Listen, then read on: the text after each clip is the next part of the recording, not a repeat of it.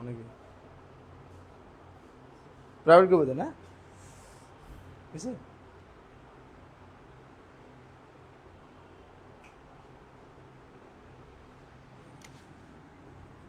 Welcome সবাইকে তো Markram তো নেই বুঝছে লিঙ্কটা দিয়ে দেন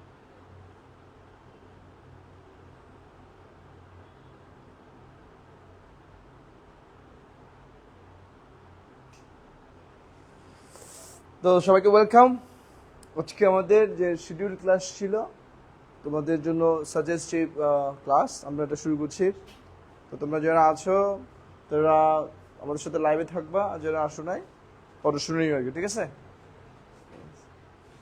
ওকে সো আমরা যেহেতু সবারই পরীক্ষা চলছে এখন সামনে অনেকের পরীক্ষা সো আমার যেটা ফিল হচ্ছে অনেক পড়েছি আমরা কিন্তু এখন পরীক্ষা সুন্দর করে যদি প্রেজেন্ট করতে হয় তাহলে সুন্দর একটা রিভাইস বা রিভিশনের দরকার আছে আর কি তো তোমরা যেটা করবা পার্সোনালিতে বাসায় পড়বা তো কীভাবে বাসায় পড়বা এবং কীভাবে পড়লে একটু ভালো মার্কস তুলে যাবে সেই জন্য তোমাদেরকে আমি এখন কী করবো একটা সাজেস্টিভ ক্লাস দিব so before the exam most important যে কাজটা হচ্ছে সেটা হচ্ছে সিলেবাস দেখা তোমাদের সিলেবাসে কোন কোন টপিকগুলো রয়েছে কোন কোন চ্যাপ্টারগুলো রয়েছে সো ওটাকে ফোকাস দেওয়া আগে okay so English first paper right English first paper কীভাবে আমরা একটা ভালো রেজাল্ট করতে পারি একটা ভালো মার্কস তুলতে পারি so first seen passage right তোমাদের সিন প্যাসেজ থেকে যে প্রশ্নগুলো বেশি আসবে সেটা এমসিকিউ আর হচ্ছে কোয়েশ্চেন আনসার এটা পুরোটাই আসবে সিন প্যাসেজ থেকে সো এখানে একটা চ্যালেঞ্জ আছে সেটা হচ্ছে এমসিকিউ গুলোতে যখন ভোকাবুলারিগুলো আসবে এটার অর্থ কি which is the synonym of the similar meaning synonym তো কেউ যদি প্যাসেজগুলো না পড়ে থাকে তার জন্য কিন্তু এটা চ্যালেঞ্জিং হয়ে যাবে আন্দাজে দিলেও সে মার্কস পাবে না সেজন্য সবচেয়ে বেটার হয় সব প্যাসেজগুলো নিজে নিজে বাসায় একবার পড়ে ফেলা পরীক্ষার আগে আর সবচেয়ে কঠিন শব্দগুলোকে বের করে তুমি এমসিকিউ ভালো করতে চাও 100% it will be vocabulary base maximum ক্ষেত্রে আগে আমরা যখন ছোট ছিলাম আমাদের সময় প্রশ্নগুলো হতো রবীন্দ্রনাথ ঠাকুর কত সালে জন্মগ্রহণ করেছে ও বাড়ি কোথায় এইগুলো পরীক্ষা এখন আর আসে না ম্যাক্সিমাম আছে ভোকাবুলারি বেসড তো যেটা করতে হবে ইংলিশ ফর টুডে জন্য যারা পড়েছো আমি পড়াইছি চেষ্টা করেছি তোমাদের শেষ করে দেওয়ার জন্য এবং আমরা যেটা করব এবার এই পরীক্ষার পরে প্রত্যেকটা ইউনিট বেসিস আমরা কি করব আবার মডেল কোশ্চেন সলভ করাবো যাতে তোমাদের সুবিধা হয় okay so English for today এটা বাসায় ইউনিট বেস পড়ে মানে প্রতিটা ইউনিট ওয়ানের মনে করেন লেসন 1 লেসন 2 লেসন 3 সবগুলো পড়ে সুন্দর করে কি করবা ভোকাবুলারি এগুলো নোট করে ফেলবা ভোকাবুলারি ওকে যতগুলো ভোকাবুলারি তোমাদের আছে সুন্দর করে চেষ্টা করবা ওই ভোকাবুলারি মিনিংগুলো সহ লিখে ফেলার জন্য এতে কি হবে যেমন মতি একটা তোমাদের চ্যাপ্টার আছে মতি এখানে তুমি দেখবো অনেকগুলো সুন্দর সুন্দর শব্দ নতুন যেগুলো কখনো শুনো নাই ওই শব্দগুলো তোমাকে নোট করতে হবে হ্যাঁ মানে যেমন ওখানে ছিল সুপারি ইংলিশ কি বা ওখানে ছিল তোমার মোরগ লড়াই সো এগুলো অনেকগুলো সুন্দর সুন্দর ওয়ার্ড পাবা তুমি ওগুলো সুন্দর নোট করবে ফার্স্ট ওয়ান এবার কোয়েশ্চেন আনসারের ক্ষেত্রে মাথায় রাখবার সবগুলো কোয়েশ্চেন আনসারের আনসার কিন্তু প্যাসেজে দেওয়া থাকবে দুই একটা ছাড়া সো ওই কোয়েশ্চেন আনসারগুলো কিভাবে আনসার করতে হয় এটা একটু আমি দেখাই দিচ্ছি তোমাদেরকে দেখো ভালো করে তাহলে প্রথম তোমাদের জন্য করণীয় হচ্ছে বেশি বেশি করে ওয়ার্ডগুলো ইংলিশ ফর টুডে থেকে খাতায় নোট করে ফেলো এটা ফার্স্ট কাজ ওকে এবার আর কিছু এমসিকিউ থাকবে তোমার কি বলে এগুলো হচ্ছে ইনফরমেশন বেসগুলো তুমি ওখান থেকেই পাওয়া পরীক্ষার যদি প্যাসেজটা ভালো করে পড়ে ফেলো তাহলে ওখানে পাবো ঠিক আছে এবার কোয়েশ্চেন আনসারগুলো কিভাবে আনসার করতে হয় সো অনেকে দেখবা যে কোয়েশ্চেন আনসারগুলো অনেক বড় করে লিখে অনেকে আবার শুধু এক লাইনে লিখে তো অ্যাকচুয়ালি কিভাবে লিখতে হয় কোয়েশ্চেন আনসারটা সো স্যারে বলা হচ্ছে টু দ্য পয়েন্ট লিখবা টু দ্য পয়েন্ট মানে হচ্ছে এরকম না যে খুব বেশি লিখলে বেশি মার্কস পাবা ঠিক আছে যতটুকু চেয়েছে তোমার কাছ থেকে ততটুকু লিখবা বাট একটু সাজিয়ে লিখবা যেমন এক লাইনে যেমন what is the name of Kazi Nazrul Islam what is the কি বলে rebel poet of our country তুমি কাজী নজরুল ইসলাম এটা সুন্দর আনসার ইটস ওকে বাট যেহেতু 2 মার্কস তোমাকে দিবে তুমি একটু সাজিয়ে লিখবা the name of the name of our rebel poet of our country is Kazi Nazrul Islam and he is very respected in our society for his এরকম তুমি চাইলে একটু অ্যাড করতে পারো যদি তোমার সুবিধা হয় তো তুমি প্রশ্ন দেখেই তোমাকে অ্যান্সার করতে হবে তো কোয়েশ্চেন আনসারের ক্ষেত্রে ম্যাক্সিমাম অ্যান্সার তুমি কোথায় পাবা ওখানেই পাবা কিন্তু আনসার করার ক্ষেত্রে একটা জিনিস খেয়াল করবো, যেমন what does it mean, it mean by ইমবাইব। ওকে, এ তোমাকে প্রশ্ন করছে, এখন তুমি এটা অ্যান্সার করবা। তুমি এটা কিভাবে অ্যান্সার করবা? তোমার অ্যান্সার করার ইয়ে হচ্ছে এভাবে, ইট মিনস অথবা ইমবাইব মিনস। দেখো তাহলে এখানে আমরা মিনস এটা কেন আনছি? মিনস এই যে ডাস ছিল, এটার জন্য এখানে এস চলে আসবে। যখন প্রশ্ন থাকে দু ডাস থাকবে, স্পেশাল ডাস থাকবে, তখন মেইন ভার্বের সাথে কিন্তু কি করবে? এস করে দিবা। ঠিক আছে? তেমন what does it refer to, এখন তুমি যখন অ্যান্সার করবে কি করবা? ইট রেফার্স টু, তার মানে এখানে কেন আসে? এটা ডাসের জন্য আসে। একইভাবে যদি ফার্স্ট টেন্স থাকে, what did he do, what did he tell you, তাহলে আছে কি হবে? He told me that. তাহলে এখানে আমরা টোল্ড কেন লিখলাম? এই যে ডিডের জন্য। তার মানে কি, যখন এখানে তোমার ডাব্লিউএস কোয়েশ্চেন থাকবে, ডাব্লিউএস ডু ডাস বা ডিড থাকবে, ওগুলো অ্যান্সার করার সময় ওখানে অ্যাড করে দিবা। ডু ডাস গুলো মেইন ভার্বের সাথে অ্যাড হয়ে যাবে, ডিডটা অ্যাড হয়ে যাবে। যখন ডাস অ্যাড হবে একটা যুক্ত হবে, আর যখন ডিড অ্যাড হবে তখন এটা ফার্স্ট টেন্স হয়ে যাবে। এটা ভেরি ইম্পর্টেন্ট, এটা যাতে ভুল না হয়। কেমন? এই কমন মিস্টেক করলে টিচার মার্কস দিবে না। এবার লাস্টে দেখবা প্রত্যেকটা প্রশ্নের শেষের দিকে একটা কোয়েশ্চেন থাকে, what do you mean, what do you think, is it okay, তারপর বলবে হোয়াই অথবা হোয়াই নট। তার মানে কি, এই প্রশ্নটা প্যাসেজ থেকে করা নাই, এই প্রশ্নটা তোমাকে জিজ্ঞেস করছে ওরা, তোমার কি মনে হয় এটা ঠিক আছে না ঠিক নেই? যদি ঠিক থাকে তাহলে কেন, যদি ঠিক না থাকে তাহলে কেন নয়। তার মানে কি, এটা তোমার নিশ্চয়ই লিখতে হবে। তো তুমি কিভাবে লিখবে এটা? ইয়েস, যদি বলা হয় ঠিক আছে, yes it is okay, I think, তারপর তোমার বলছো হোয়াট ডু ইউ থিঙ্ক, তাহলে I think it is okay, I think according to the passage বা অ্যাকর্ডিং টু আওয়ার সিস্টেম। এটা তোমার থেকে একটু নিচ থেকে লিখতে হবে। কেমন? এটা তোমাকে নিচ থেকে লিখতে হবে, এবং কিভাবে লিখবে তুমি, যে ধরনের প্রশ্ন হবে সেভাবে লিখবে আর কি। বাট এগুলো ইনফারেন্সিয়াল কোয়েশ্চেন, বা তোমাকে ইনফার করতে হবে, মানে চিন্তা করতে হবে একটু, তোমাকে একটা সিদ্ধান্ত দিতে হবে। ক্লুকে কনক্লুড করার জন্য তোমাকে কি করতে হবে? একটা নিজ থেকে সিদ্ধান্ত নিতে হবে। So yes, it is okay, I think, কি থিঙ্ক বা কি মনে হয় তোমার, সেটা তুমি ওখান থেকে লিখবা। ঠিক আছে? এ হচ্ছে ব্যাপার।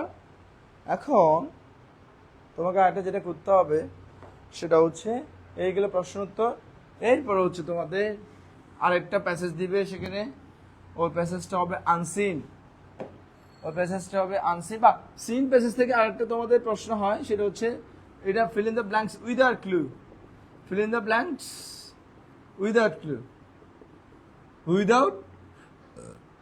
এটা কি অ্যান্সার করবা? প্রথম কাজ হচ্ছে A B C D E সবগুলো লিখে ফেলবা সিরিয়াল। ওকে, এবার যে প্যাসেজটা তোমার দেওয়া থাকবে ওটা ভালো করে কয়েকবার পড়বা। এবং তোমাদের যেটা অর্থাৎ কনটেক্সট, যেটা ফিল ইন দ্য ব্ল্যাঙ্কস দেওয়া থাকবে 3-4 বার আগে পড়ে ফেলবা। পরে এটা বোঝার চেষ্টা করবো এটা কি নিয়ে বলতে যাচ্ছে, কোন টপিক, ন্যাশনাল ফ্ল্যাগ নাকি এটা আমাদের যে মাদার থেরেসা, নাকি এটা যে মতির কোন কাহিনী থেকে আসছে, এবং এটা বোঝার চেষ্টা করবা। সো প্যাসেজে যেমন এটা হুবহু প্যাসেজ থেকে কমন দিবে না, যেমন প্যাসেজে আছে ইট ওয়াজ ওয়ান্ডারফুল, ইট ওয়াজ স্টোনিশিং, এরকম স্টোনিশিং, ওয়ান্ডারফুল। হ্যাঁ, তাহলে তোমাকে বলবো it was one of the picture was তো একটু এটা দ্য পিকচার করে দিছে, একটু সাজা দিবে, একটু ঘুরে দিবে, তোমাকে বুঝে ফেলতে হবে। বাট সবচেয়ে এইটা fill in the blanks without clue answer করার সবচেয়ে সহজ টেকনিক হচ্ছে এটা মিনিং বুঝার চেষ্টা করা, কনটেক্সটটা বুঝার চেষ্টা করা, এটা কি বলতে যাচ্ছে। মানে না পারলে এটা স্কিপ করে যাবা, যেগুলো পারবে এটা অ্যান্সার করার পরে তুমি দেখবা এটা মিলতেছে কিনা, অর্থ সহ হচ্ছে কিনা। আর একটা বিষয় ভেরি ইম্পর্টেন্ট, ওখানে দুটো শব্দ লিখবা না।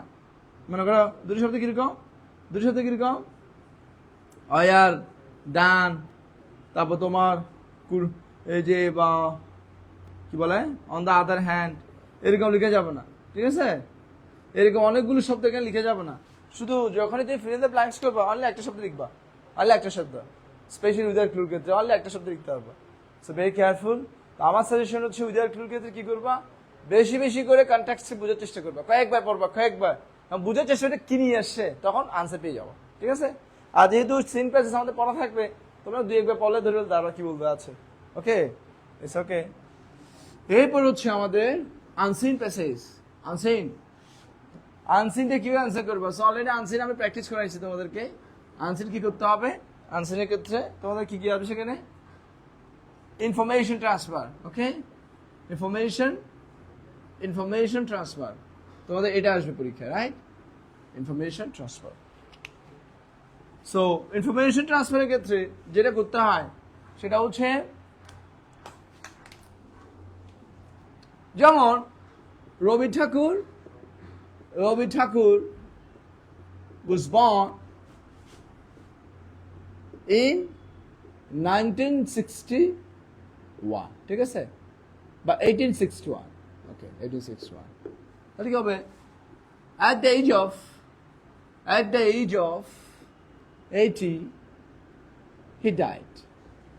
এখন তোমার পরীক্ষা প্রশ্ন আসে he died কত সালে মারা গেছে, মানে when, এখানে when সাল দিতে হবে, ইন কত সালে। এখন প্যাসেজে তো সাল দেয়া নেই, তো তুমি কিভাবে অ্যান্সার করো? কিন্তু প্যাসেজ এটা বয়স দিছে, কত বছর বয়সে মারা গেছে 80, তাহলে তোমাকে একটু টেকনিক খাটাইতে হবে। কি টেকনিক খাটাইতে হবে? ও জন্মগ্রহণ করছে কত সালে? 1861। এটার সাথে 80 যোগ করতে হবে, 80 যোগ করে কত হবে? 1941। কেমন? তাহলে আমি কেন বলছি, তাহলে এখানে আনসার কি হবে? 1941। তার মানে কি সবসময় হুবহু দেওয়া থাকবে না, এত সালে ম্যাক্সিমাম ক্ষেত্রে দেওয়া থাকবে, দুই একটা এরকম ঘুরে দিবে। যেমন হি admitted in master's course in 1952. After one year he joined as a professor. এখন তোমাকে তারা জিজ্ঞেস করবে he joined as a professor, এখানে সাল দিয়ে দিছে, এখানে ইয়ার দিছে, হ্যাঁ এখানে ইয়ার দিয়েছে। সো ইয়ার যেহেতু দিয়েছে, এখন এখানে তো কত সালে জয়েন দিয়েছে এটা বলে নাই, শুধু বলছে আফটার 1 year। তো তোমাকে দেখতে হবে কত সালে সে মাস্টার্স ভর্তি হয়েছে, 1952। তাহলে 1 বছর পর হলো কত হলো এই 1953। তাহলে আনসারটা কি হবে? এই 1953। তাহলে লজিকটা কি? লজিকটা হচ্ছে, যদি ইনফরমেশন ট্রান্সফার সব দেয়া নাও থাকে, একটু মাথা খাটাবা, হ্যাঁ কি বলতে আছে, কি চাচ্ছ আমার কাছ থেকে। তুমি একবার তোমাদের হু বললে ব্যক্তি বুঝাবে, কেমন? ওয়েন বুঝালে ওয়েন চাইলে টাইম বুঝাবে, আর হোয়াট মানে ইভেন্ট বুঝাবে। তো তুমি এগুলো বুঝতে পারো, তোমরা করেছো, তোমাদের কি চাচ্ছে, যেটা চাচ্ছে সেটা অ্যান্সার করবা, বুঝতে পারছো? ওকে, করে এটা হচ্ছে ইনফরমেশন ট্রান্সফার করে কিছু আর কিছু না করে এখানে। এরপর হচ্ছে, আর যদি কারো দেখো, যেমন যারা অনলাইনে ক্লাস করছো, যদি কারো কোনো বিষয়ে স্পেসিফিক প্রবলেম থাকে আমাকে কমেন্ট করে জানাবা, আমি তোমাদেরকে সলভ করে দিব। ওকে, এখন মোস্ট ইম্পর্টেন্ট হচ্ছে সামারি, কিভাবে সামারি লিখতে হয়, ভেরি ইম্পর্টেন্ট, এটা 10 মার্ক। সো যদি ভালো সামারি লিখতে পারো তাহলে ভালো একটা মার্কস পাওয়া। কারো যদি স্পেসিফিক কোনো প্রবলেম থাকে আমাকে কমেন্ট করে জানাবো। ওকে, তাহলে দেখো এটা হচ্ছে কি summary, how to write a summary. তো সামারি এটা লিখতে হয় সর্বোচ্চ, ঠিক আছে, 5 থেকে 6 লাইনের বেশি লিখতে পারবে না। ওকে, এবং জিস্ট পয়েন্টগুলো লিখতে হবে। জিস্টটা তোমাকে জিস্ট মানে সার, অ্যাকচুয়াল যে সার জিনিসগুলো। তো সো ঠিক আছে, সো এখন তোমার কি করতে হবে সামারি করার জন্য? অবশ্যই একটা টাইটেল দিবা। টাইটেলটা কি?